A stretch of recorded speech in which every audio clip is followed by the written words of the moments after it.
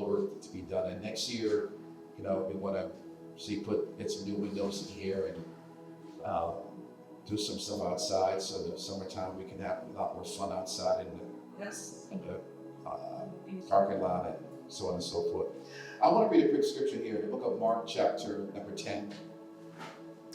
It says, "And they came to Jericho, and as he went out of Jericho with his disciples and a great number of people, blind Bartimaeus, the son of Timaeus, sat by the highway side begging.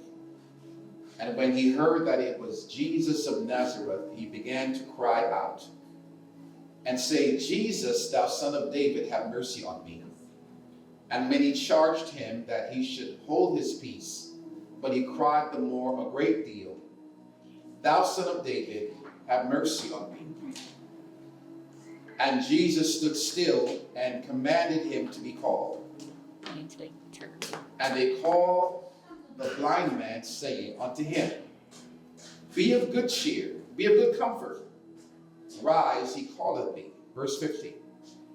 "And he, casting away his garment, rose and came to Jesus." I just want to share a brief thought this afternoon that Jesus sees you and Jesus hears you. In this world that we're in right now with so many people doing so many different things, trying to find an identity in social media space, it's amazing how sometimes we can live our life feeling like we're never seen.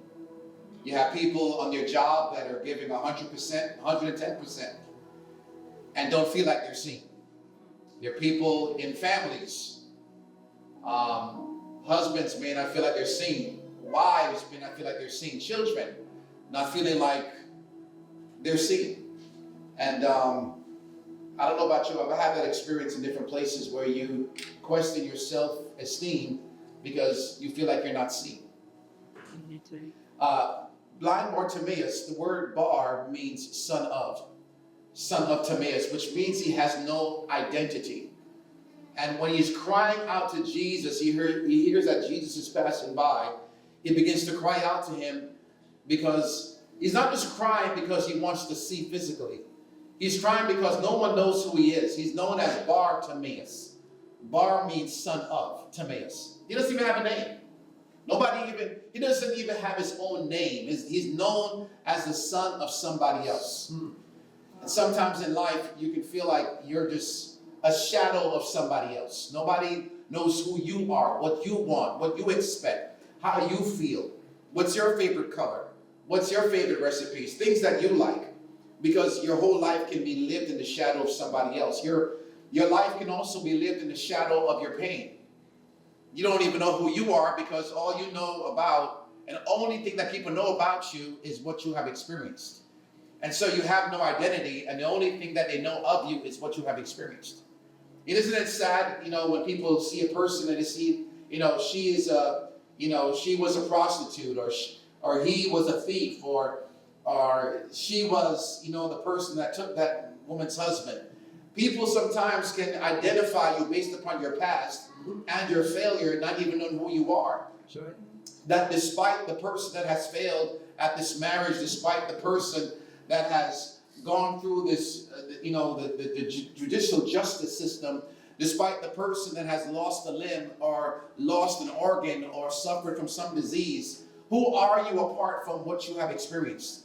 Who are you apart from that divorce? Who are you apart from, that abandonment? Who are you apart from that situation?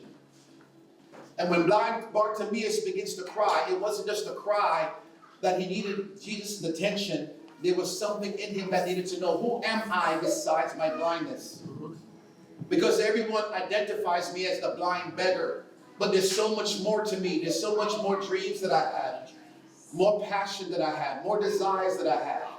I have an identity beyond my current medical crisis. And when he cries, they tell him to be quiet. You've got to know when God has brought you to a unique moment. Like this afternoon, you came in, and you were asked to lift your hands. You were asked to come to the front. It wasn't just a simple request. God is saying, come closer to me.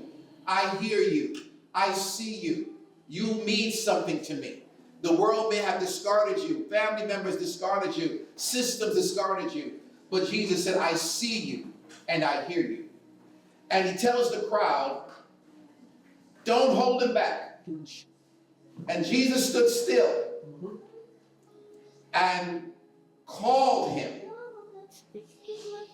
And they called the blind man, saying, be of good cheer. Be of good comfort. Rise, he calleth thee. And this is the part that's significant to me, and I'll end with this part. And he, casting away his garment, rose and came to Jesus. He casted away his garment. There's a particular garment that the blind beggars had. When Jesus calls you, there's some things you've got to let go of. Right. There's some things that you've got to put aside from you. You've got to decide that, you know what? Now that Jesus has called me, I cannot carry this anymore. There's some things you've been carrying for years. That garment that blind Bartimaeus had became associated with his predicament, with his lack, with his brokenness, with his pain, with his ailment, with his dysfunction. What are you carrying that identifies, that is tied to your dysfunction, tied to your abandonment, tied to your loss of vision? Before he comes to Jesus, and what's interesting is that Jesus didn't tell him to cast it off.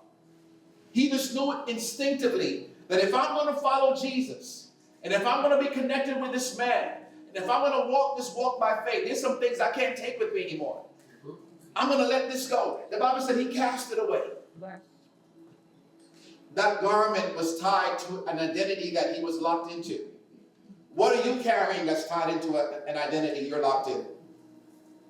But he knew that if I'm going to follow Jesus, Jesus didn't say, hey, before you come, cast your garment away. No, there was something in him that told him, if you're going to follow me, you're going to have to let this thing go. Yes. Yes. And you know what? In order to follow, there's some things that, some habits we're going to have to let go of. Some relationships we're going to have to let go of. And sometimes, people say, well, let me go and work on that. No. You can't go back and not come to church and not participate because you're working on that. You got to know how to show up even though you're working on that. And you know what? I've been serving the Lord for 40 years, and there's still things that I'm working on inside of me. We are a work in progress. There's no one here that can tell you that they have arrived. There's no destination here. The only destination is when Jesus takes us out of here. This is a life journey. Every day he shows you another area of your life that you've got to work on. And it's not going to be, your brother or your sister that has to work on that for you. There's some things that you have to cast off yourself. That's right. And so Jesus, he cast off his garment. He rose and he came to Jesus. And Jesus answered and said unto him, what will you have me to do for thee? The blind man said unto him, Lord, that I may receive my sight. Let me tell you, and I'll close with this. It wasn't just his 20/20 vision. Show me who I am despite my pain. Show me who I am despite my drug abuse. Show me who I am despite my divorce. Show me who am I despite my bankruptcy. Show me who am I despite my financial situation. Who am I apart from this? Because sometimes you can identify yourselves by your failure. Yeah, that's true. You identify yourself by your lack.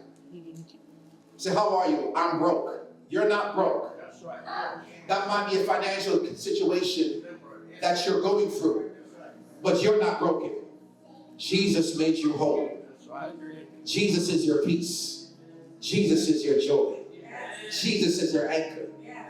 He says, what do you want me to do? And that's exciting because he's not telling you what he wants you to do. He wants you to tell him, what do you want from me? And he says, Lord, that I want to receive my sight. I'm tired of being blind to who I am. I'm tired of being blind to my destiny. I'm tired of being blind to my purpose. I'm tired of being blind and sitting here waiting for people to give me what because when you're blind to yourself, you always depend on people to give you something, give you acceptance, give you love, give you hope, give you a space in the conversation.